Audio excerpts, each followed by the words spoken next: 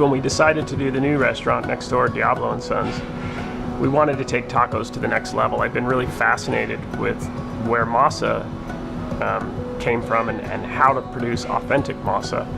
And that led us to, researching molinos and the technology behind nixtamalization or the science behind nixtamalization. And that, of course, led to, wow, could we get corn locally? And I can't remember when the first conversation I had with Casey was. She could probably remember it, but she just grabbed a hold of it right away and started talking to me about different corn varieties that she'd been involved in that could grow well here. But we don't have a lot of history of it. We have a lot of history of corn production, but not specifically corn for masa. And she has been tremendous in researching the seeds and actually getting seeds into production so we can see what these corns look like. So today we're getting to plant the corn. It's so exciting. So we've got our Earthly Delights farm intern crew here, and we've divided this field up into a bunch of 7-foot by 7-foot blocks, and we're staggering our plantings because corn likes to be grown in blocks. She likes to be grown with her sisters. Through the season, we'll just be looking at how they grow, what they do, whether we get a crop off of them, and then we'll go from there. I think one of the coolest things about this project is that there's opportunities for farmers of varying scales to plug into it. So, we're a really small urban farm. On a farm this scale, we can plant out a few hundred row feet of a variety, or even 1,000 row feet of a variety, and we can take that seed from, a handful of seed and grow it into something, 20 pounds or 30 pounds, that then a mid-scale farmer who could grow something like 5 acres of the variety that could then be used as seed for a much larger scale farmer. Bigger farmers will be crucial in this process to figure out whether it's even a certain variety is even worth their time. The cob thickness of varying varieties is a lot different. Some of them are really, really skinny, and some of them are really fat. And can a combine handle the ones with really skinny cobs okay? And the flour, a lot of times flour corns have kernels that are really soft. And so can a combine run flour kernels through it and not damage them too much? So farmers, since I can't get you to come out here and look at my own stuff, I need your input. This is a variety called Papa's Red. Check it out. Beautiful. Grows on these little scrawny plants. Literally 4 feet tall at most. This is about the best you're ever gonna get with this variety. And but they make these beautiful cobs. So I have 2 questions for you on this one. If we were to go with a variety like this, there's a lot of different ones, but if we went with a variety like this one, can this size of plant work for you? These scrawny little plants, does that work for a combine harvest? And also, see how skinny these cobs are? Do you think that'll combine okay? Because they are pretty skinny cobs. So those are the 2 questions I have on this. The benefit of this, though, is that these varieties are like 90 days. We harvested this in early August. Okay, so this is the Oneida hominy corn. It's from the Oneida Nation. It's beautiful, white, big, fat, white kernels. This is one that Anthony at Diablo is really excited about. So I wanna see.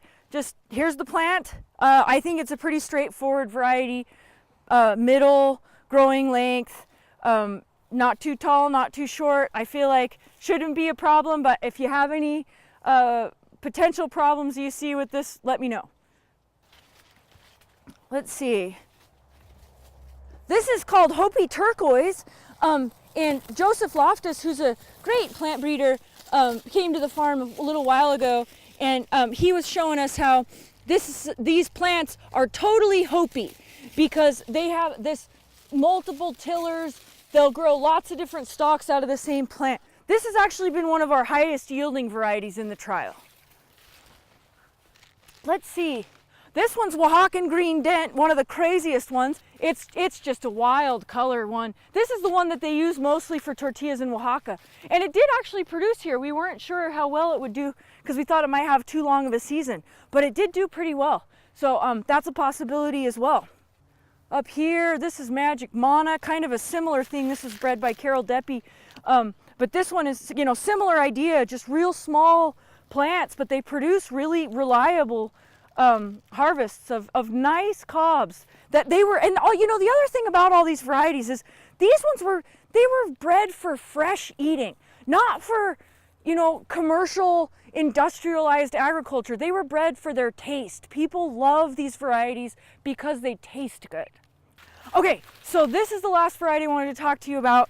This is called Advent Gulch. This is the one that was bred in Idaho by Mike O'Brien. Super exciting. It's a really nice plant. It produces really well. You can sow it into really cold soil. But I wanted to ask you about this. He has been, in his breeding, he's allowed some sweet corn to stay in there. So you can see there's some sweet corn kernels on there. If you were gonna run this through your machinery, would sweet corn kernels be a problem? If so, we can select them out and we can, you know, try to get ears that are more like that. But yeah, I'm curious about whether we can keep that sweet corn in because it is a part of the variety. But if it's not, if it doesn't work for you, then we need to know that too.